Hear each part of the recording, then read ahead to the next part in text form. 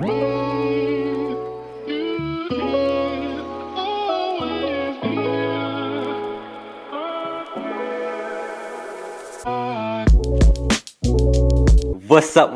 up, everybody? Welcome to the Black and Gold Hour podcast, a football-themed podcast, particularly about the New Orleans Saints. And in today's episode, I want to talk about the New Orleans Saints and the upcoming NFL draft. Now, I know we heard Sean Payton a couple of days ago talk about how quarterback isn't the biggest need for the New Orleans Saints. And we got some Saints fans that beg to differ. You know, we got some rocking with Jameis. We got some Saints fans that might be rocking with Taysom. And then you got a large majority of Saints fans that want to hit the NFL draft to find the future quarterback for the New Orleans Saints. But for today's episode, I want to focus on the defense. And I know Sean Payton talked about how cornerback was one of the biggest needs for the New Orleans Saints. But in today's episode, I want to talk about the linebackers coming out of the draft and how they can benefit the New Orleans Saints. This linebacking group out of the NFL draft this year is about 10, 15, 20 deep of raw talent, versatile players, and straight savages. So I want to talk about how 5 players out of this draft could benefit the New Orleans Saints. I want to talk about my top 5 favorite linebackers out of the NFL draft. I want to talk about why I like them and how they can, best benefit the black and gold. But before I get into today's episode, remember to like, comment, subscribe, share the page. We want to keep growing. I hope you guys are having a happy Thursday. But let's get into today's episode. Let's go. All right, so the first player that I want to talk about in today's episode is pretty much a household name when it comes to linebackers. He's one of the best linebackers in the country, and he's out of Tulsa. His name is Xavier Collins, and he's a first-round projected draft pick, but he may fall into the Saints' hands at the 28th pick. When I think about Xavier Collins, the first word that comes to my mind is athletic.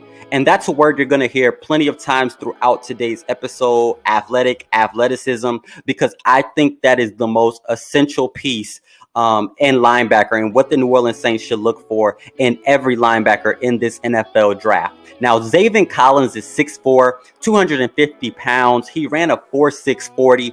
And when you watch the film, he is all over the field.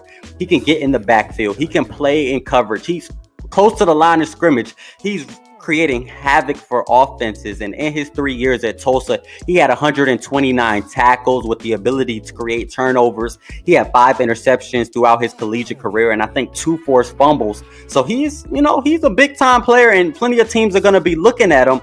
But the reason I think Xavier Collins can benefit the New Orleans Saints is not due to his tackling ability. And when you think about tackling and linebacker, it goes hand in hand. But I want to talk about his pass coverage. He can go stride for stride with running backs and tight ends, which is something that we were missing in our linebackers outside of Jamin Davis. And when I think about Kwon Alexander's time with the New Orleans Saints, the first thing that comes to my mind is his athleticism. We saw Kwon all over the field.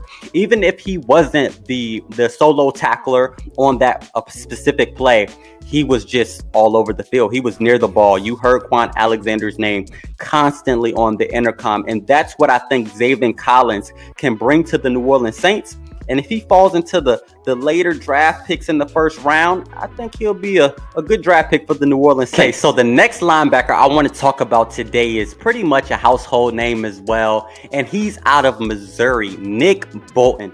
And when I watched the highlights and watched his games last season, the first thing that came to mind when I thought about Nick Bolton was a tackling machine. He is the best tackler in the SEC. Man was first team SEC. And when I think about Nick Bolton, the first word that comes to my mind is savage. Dude plays hard and is constantly near the ball. He is smaller than what we talked about with Collins at 6 foot, 230 pounds, but Bolton makes his presence felt in every game. In his 3 years at Missouri, he had a 220 total tackles, and he ran a 4.59 40. So he got that speed to cover the whole field, and he showed the ability to drop back in coverage, but he is a dog near the line of scrimmage.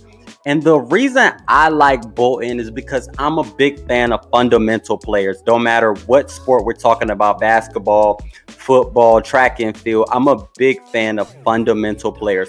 players who use the skills that they're taught in Pee Wee football, man, they're still using it at the collegiate level. And tackling is something that is so important at the NFL level. And especially for the New Orleans Saints, we got some games where tackling was horrible, such as, against Seattle, that beast quake. We don't want to talk about it. But having a linebacker like Nick Bolton could definitely help the New Orleans Saints, avoid situations like that ever again, man. Nick Bolton is a beast, man, and hopefully he comes to the New Orleans Saints. All right, so now we taking it down to LSU, and I know what you guys are thinking, man. Y'all thinking like, man, he about to say Jamar Chase.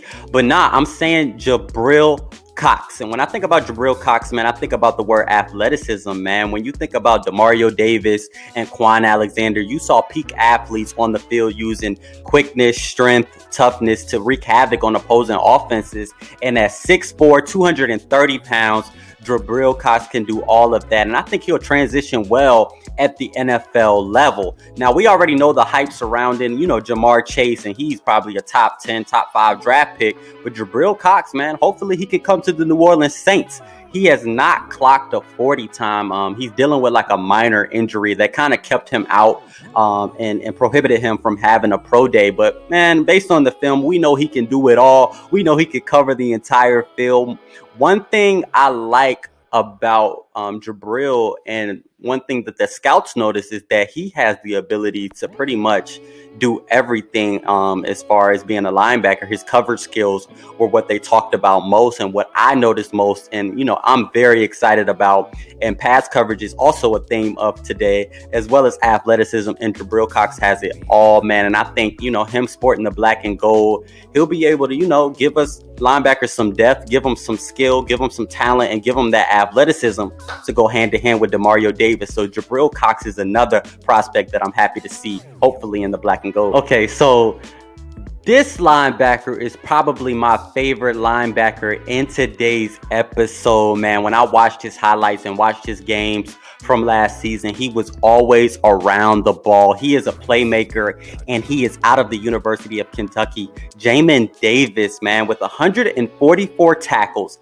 and 5 interceptions in his 3 years at Kentucky. Jamin Davis will wreak havoc on NFL offenses each Sunday in his NFL career. He is 6'3", 230 pounds, and he has that size, but he also has the speed with a 4.47 40 time. So, he's doing great things, and I think his vertical is like 42 inches. So, he's an athletic guy. He can, make all the plays that you need out of a top linebacker on your team. The scouts talk about his range, and range is the theme when you think about Jamin Davis. He can do everything, and he does everything well.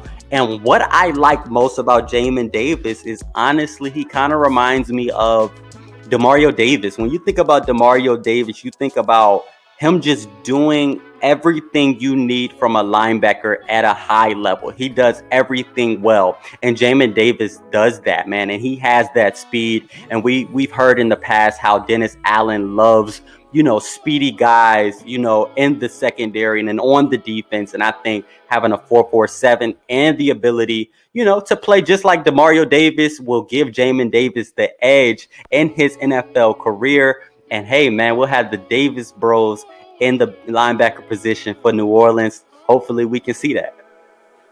The New Orleans Saints have a thing for Ohio State players, and this last linebacker that I want to talk about is linebacker Pete Werner. And when I watched his highlights, I didn't think about the word athleticism. I thought about the word toughness. Man was all over the field, getting in the backfield, willing to get his head in there and make a play. And that's the main thing, honestly, that you want from a linebacker at any level, whether that's, NFL, high school, college level. You want someone who's willing to crack some skulls, man. And that's exactly what Werner was doing in his time at Ohio State. He had 185 tackles in his 4 years. This man is a highly anticipated draft pick. And you know, a lot of teams will be needing a linebacker and looking out for Pete Werner. He has good speed at a 4.5 40, but he has great IQ. And I haven't mentioned that in today's episode. A linebacker with high IQ, something that you can see. You can see his IQ from the booth, man. You can see his IQ from the TV screen, from your couch. And he is a great player. And I'm excited to see what he does in the NFL in general. The reason I think Werner can benefit the New Orleans Saints is because he might not be the flashiest player, but he is a savage as well. I mean, he interrupts offenses. He's knocking people heads off. He's tackling correctly. And every time he tackles, he tries to leave a memory with that, you know, offensive player. So I think Werner can, you know, add to that savage kind of swagger that the New Orleans Saints defense already has. And, you know, maybe we'll see him in black and gold on Sundays. All right, so those were my top 5 linebackers out of the draft that I really like and I really think could contribute immediately to the New Orleans Saints defense. Hopefully the Saints grab one of these players. I mean, I don't know what the Saints are going to do with that first round pick. They may go corner. They may go linebacker. They may go offensive lineman. Hey, they may even go quarterback, despite Sean Payton saying that's not the team's biggest need. You never know with Sean Payton and Mickey Loomis. They always up to something. And I'm excited to see what they do with the NFL draft. But for the MerSpeak segment, and if you haven't been here before, the MerSpeak segment is when I talk about life, man, and I talk about ways to help us improve our quality of life. And in today's episode, I kind of want to talk about all that's been going on with minorities and police brutality. And I want to start by, you know, sending my condolences and prayers to, you know, the family of George Floyd, as the officer responsible for his death was convicted. And there was slight justice for the Floyd family and slight justice for the African American community. It seems like as a minority, it's just a struggle, you know, to live, to exist, and to just be. And there's still a great need for change in our country. One thing that I can take away from the George Floyd situation is the fact that individuals around the world came together. They put their differences aside in order to see justice and fairness. So for today's episode in the Black and Gold Hour podcast, I want to set a call to action for myself as well as, you know, you guys listening and watching. And it's to no longer think as an individual, but begin to think as a community. Begin to think about everyone around you and how they can prosper and you can prosper as well. One thing that we took away from the George Floyd situation is that justice was served because we came together to seek that justice and fairness. And that method is the exact same method that we should use to see justice and fairness for all. So remember to think not as an individual, but begin to think about your brothers and sisters around you and try to uplift them and not pull them down with words of anger and hatred. Remember to think in love, act in love, and just reflect that in every situation and every encounter that you have daily. But that's my call to action for you guys, man. Just love each other, man, and stay prayed up, man, and stay safe, man. It's a lot going on. But that's it for today's MerSpeak segment. We're going to continue, you know, talking about things as in the football world as well as in life. And you know, that's why I started this podcast, man. But thank you guys for listening. Remember to like, comment, subscribe, man. We want to continue to grow. We want to continue to talk Saints football. I'm going to be posting a episode next week talking about my favorite cornerbacks. So I'm excited to do that right before the draft, man. And hey, the draft is almost here, April 29th. But other than that, you guys stay safe. Be blessed. Peace.